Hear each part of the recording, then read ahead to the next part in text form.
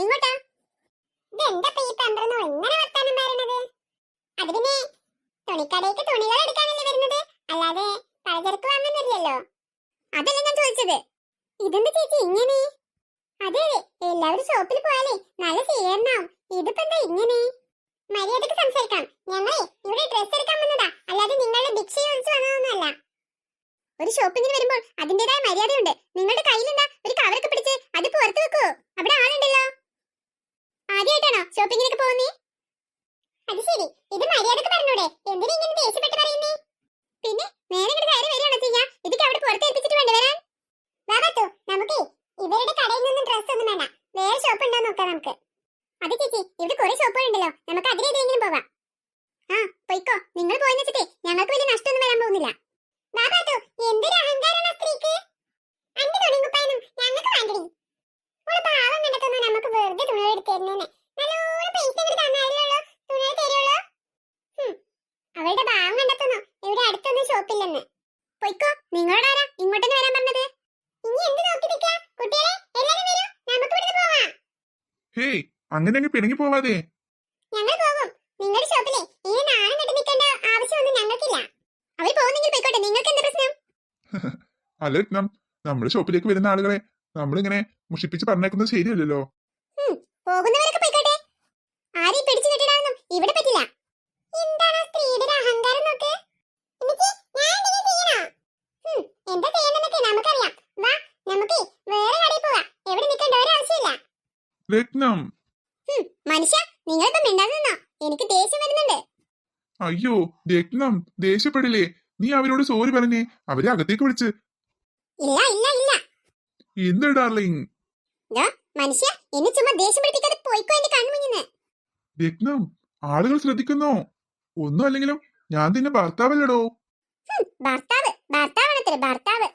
എന്നെ കൊണ്ടൊന്നും പറയിപ്പിക്കണ്ട. രത്നം, സന്തോഷമുള്ള കുടുംബജീവിതത്തിന് അനുസരണാശീലം വളരെ വളരെ നല്ലതാണ്.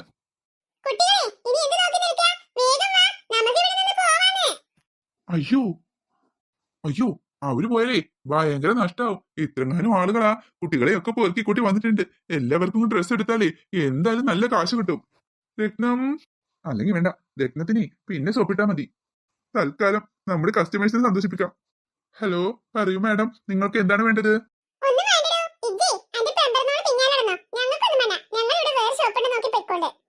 യോ പിണങ്ങി, അങ്ങനെയൊന്നും പറയരുത് മാം.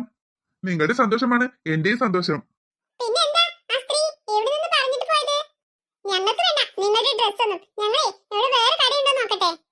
അയ്യോ പോകല്ലേ മാഡം.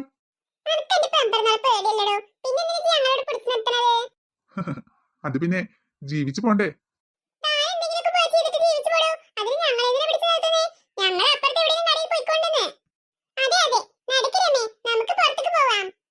പ്ലീസ്, ദയവ് ചെയ്ത് നിങ്ങൾ ആരും പോവരുത്.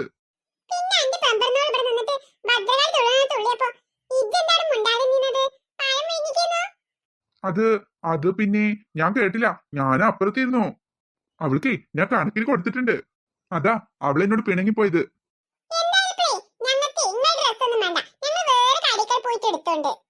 അയ്യോ മേഡം, നിങ്ങൾ അത് പറയരുത്. സത്യമായിട്ടും അവൾക്ക് ഞാൻ വയറ് നിറച്ച് കൊടുത്തിട്ടുണ്ട്. നല്ലപോലെ ചീത്ത പറഞ്ഞിട്ടുണ്ട്. ഓ, ഈ മേഡത്തിന്റെ ഒരു തമാശ. മേഡം, ഇവിടെ നല്ല സെലക്ഷൻ ഒക്കെ വന്നിട്ടുണ്ട്. മേഡം ഒന്ന് വെറുതെ വന്ന് നോക്ക്, എന്തായാലും ഇഷ്ടപ്പെടും.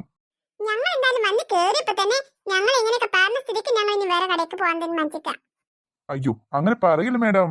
സൂസി, സൂസി, സൂസി, ഒരു ചെറിയ പ്രശ്നമുണ്ട്. ചെറുതല്ല, നല്ല വലുത് തന്നെയാണ്. ആ രത്നല്ലേ എന്റെ ഡാർലിംഗ്. ചേച്ചി എന്തെങ്കിലും ഒപ്പിച്ചോ? ഒപ്പിച്ചു എന്ന് മാത്രല്ല, ഇവര് പിണങ്ങി പോവാൻ നിൽക്കുക. കുറെ ആളുകളുണ്ട്, അവരൊക്കെ പിണങ്ങി പോവാതെ നീ നോക്കണം.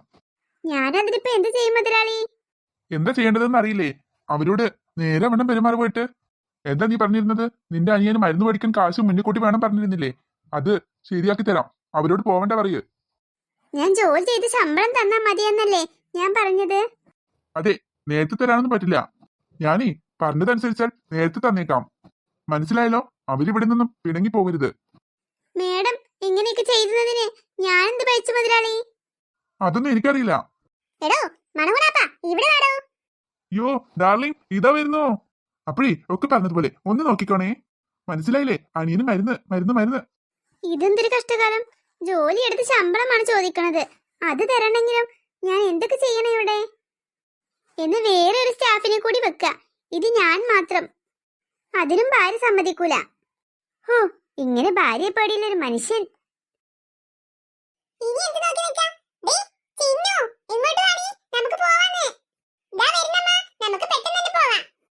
അയ്യോ പോവല്ലേ. അയ്യോ അങ്ങനെ പറയില്ല ചേച്ചി. ആ സ്ത്രീയുടെ കാട്ടിക്കൂട്ടൽ കണ്ടാ വിചാരിച്ചു ഞങ്ങൾ കാശൊന്നുമില്ലാതെ വെറുതെ കടം പറയാനാ വന്നിട്ടുന്നെന്ന്. മാഡത്തിന് വേണ്ടി ഞാൻ ക്ഷമ ചോദിക്ക ചേച്ചി. നീ ക്ഷമ ചോദിച്ചതുകൊണ്ട് അവര് ചെയ്ത തെറ്റ് തെറ്റല്ലാതാവോ? അതൊക്കെ അറിയാം ചേച്ചി. എങ്കിലും പ്ലീസ് പോവല്ലേ. ഇല്ല, ഞങ്ങൾ ഇനി ഇവിടെ നിന്ന് ഡ്രസ് എടുക്കുന്നില്ല. അതിനി എന്തൊക്കെ വന്നാലും. അതെ അതെ, ഞങ്ങൾക്ക് നിങ്ങൾ ഡ്രസ് ഒന്നും വേണ്ട. ഞങ്ങൾക്ക് വേറെ ഷോപ്പ് പോയാൽ മതി. ചേച്ചി ഒന്ന് ക്ഷമിച്ചേക്ക് ചേച്ചി. ഇല്ല ഇല്ല ഇല്ല, ഞങ്ങൾ പോകും തന്നെ പോകും. പ്ലീസ് ചേച്ചി, ഞാൻ പറയുന്നതൊന്ന് നിങ്ങൾ കേൾക്കുവോ? ഇല്ല, ഞങ്ങളൊന്നും കേൾക്കൂല. അതെ, ഞങ്ങൾ അപമാനിച്ച കടയിൽ ഞങ്ങൾ ഇനി കയറൂല. ചേച്ചി, എനിക്ക് സുഖമില്ലാത്തൊരു അനിയനുണ്ട്. അമ്മയും അച്ഛനും ഇല്ല. അവന് ഞാൻ മാത്രമേ ഉള്ളൂ. അമ്മേ, അതെ ആ മുതലാളിനെ മുതലാളി പറയിപ്പിക്കണതാ. അല്ല മോളെ, സത്യമായിട്ടും എന്നെ കൊണ്ട് ആരും പറയിപ്പിച്ചതല്ല. എന്റെ അനിയന് സുഖമില്ല എന്നുള്ള കാര്യം സത്യം തന്നെയാ. ചക്കി, ഇത് തന്നെയാണ് പറ്റിയ അവസരം. നമുക്ക് ചിന്നുവിന് പണി കൊടുത്താലോ? പണി കൊടുക്കണ്ടേ പിന്നെ? എന്ത് പണിയാ മീനു കൊടുക്കുക? അതൊക്കെ ഞാൻ ഇപ്പൊ ശരിയാക്കി തരാം. ചിന്നു, ഇജ്ജെന്തിനാ പെണ്ണെ ഊള വിളിക്കുന്നത്? ആവശ്യമുണ്ടടി. ചിന്നു, എന്താ നിങ്ങൾക്ക് ഇവിടുന്ന് തന്നെ ഡ്രസ് എടുക്കണമെന്ന് പറയാനാണോ?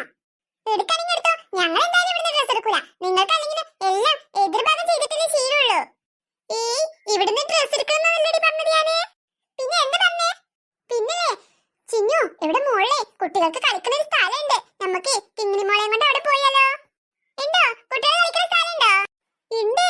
കിങ്ങിണി മോളെ വിളിച്ചിട്ട് വാ. നമുക്ക് ഓളെ അവിടെ സന്തോഷിപ്പിക്കാലോ. എന്നാ കിങ്ങിണി മോളെ നിങ്ങൾ വിളിച്ചിട്ട് വാ. അയ്യോ അത് വേണ്ട. ഞങ്ങൾ വിളിച്ചാലേ ആദ്യം ഞങ്ങളൊപ്പം പറഞ്ഞയക്കൂല. പിന്നെ ചിന്നു വിളിച്ചാലേ വേഗം പറഞ്ഞയച്ചോളും. ചിന്നു നല്ലോണം നോക്കുമെന്ന് വിചാരിച്ചിട്ട്. എന്നാലേ ഞാനേ കിങ്ങിണി മോളെ വിളിച്ചിട്ട് ഇപ്പൊ വരാം. ആ തക്കടുവാവനെ കൂടെ കൂട്ടിക്കോട്ടോ. തക്കടുവാവയും കുഞ്ഞാപ്പൊന്നുമില്ലാതെ ഈ ചിന്നുണ്ടോ? ആ അതന്നെ ഞാനും പറഞ്ഞത്. കൊച്ചി, നീ കള്ളം പറയുന്നല്ലോ? അല്ല ചേച്ചി, എനിക്ക് കള്ളം പറഞ്ഞിട്ട് എന്ത് കിട്ടാനാ? ആ മുതലാളിയുടെ ഭാര്യ ഇങ്ങനെ തന്നെയാ, ഭയങ്കര ദേഷ്യക്കാരിയാ. അതൊക്കെ കണ്ടിട്ടും ഞാൻ ഇവിടെ തന്നെ സഹിച്ചു നിൽക്കുന്നത് എന്താണെന്നറിയോ? എന്റെ അനിയന് മരുന്ന് വാങ്ങാൻ വേണ്ടി. അപ്പൊ മോളെ, എനിക്ക് വേറെ എവിടെയും ജോലി കിട്ടാൻ നോക്കിക്കൂടെ? അത് പിന്നെ ഇതാവുമ്പോ എനിക്ക് വീടിനോട് ചേർന്ന കുറച്ച് പോയാ മതി എന്റെ വീട്ടിലേക്ക് ഇവിടുന്ന്. അതുകൊണ്ടാ, അവന് വയ്യാത്തതല്ലേ, എപ്പോഴാ പോവേണ്ടേന്ന് അറിയില്ല. ഞാനേ അവന് മരുന്ന് വാങ്ങാനായിട്ടേ മുതലാളിയോട് എന്റെ ശമ്പള തുക കുറച്ച് നേരത്തെ തരാൻ പറഞ്ഞിരുന്നു. ഏയ് ഇല്ല ഇല്ല, അങ്ങനെയല്ല. നിങ്ങള് ഇവിടെ പിടിച്ചു നിർത്തണം. നിങ്ങൾ പോയി കഴിഞ്ഞാല് എനിക്ക് നേരത്തെ തരാന്ന് പറഞ്ഞ തുക തരില്ല എന്ന് പറഞ്ഞു. അതുകൊണ്ട് ദയവ് ചെയ്ത് നിങ്ങൾ ഇവിടുന്ന് പോവരുത്. നമുക്ക് കല്യാണത്തിനുള്ള ഡ്രസ് ഒന്നും വേണ്ട. നമുക്ക് ഈ കൊച്ചിന് കൊടുത്താലോ? ഡ്രസ്സൊക്കെ നമുക്ക് പിന്നെ വാങ്ങാം. അയ്യോ അതൊന്നും വേണ്ട. ഞാനേ ജോലി എടുത്ത കാശ് ഇവിടെ നിന്ന് കിട്ടാനുണ്ടല്ലോ. അത് കിട്ടിക്കോളും. നിങ്ങൾ ഇവിടെ നിന്നും ഡ്രസ് എടുത്താ മതി. അല്ല മോളെ, ഞങ്ങൾ തന്നെ നിനക്കൊരു പ്രശ്നം ഉണ്ടാവില്ല. നീ പറഞ്ഞതുപോലെ തന്നെ ഞങ്ങൾ ഇവിടെ നിന്ന് തന്നെ ഡ്രസ് എടുത്തോളാം. അല്ല പാത്തു? അതെ രമേ, അങ്ങനെ ഒരു ഉപകാരം ഈ കുട്ടിക്ക് കിട്ടുന്ന വെച്ചാ നമുക്ക് എന്തായാലും ഇവിടെ നിന്ന് ഡ്രസ് എടുക്കാം. വളരെ ഉപകാരമുണ്ട്. പിന്നെ നല്ല നല്ല ഡ്രസ്സുകളുണ്ട് ഇവിടെ. വരൂ, ഞാൻ കാണിച്ചു തരാം. അമ്മ, ഞങ്ങളെ കിങ്ങിണി മോളെ കൊണ്ട് കളിക്കുന്ന സ്ഥലത്ത് പോട്ടെ.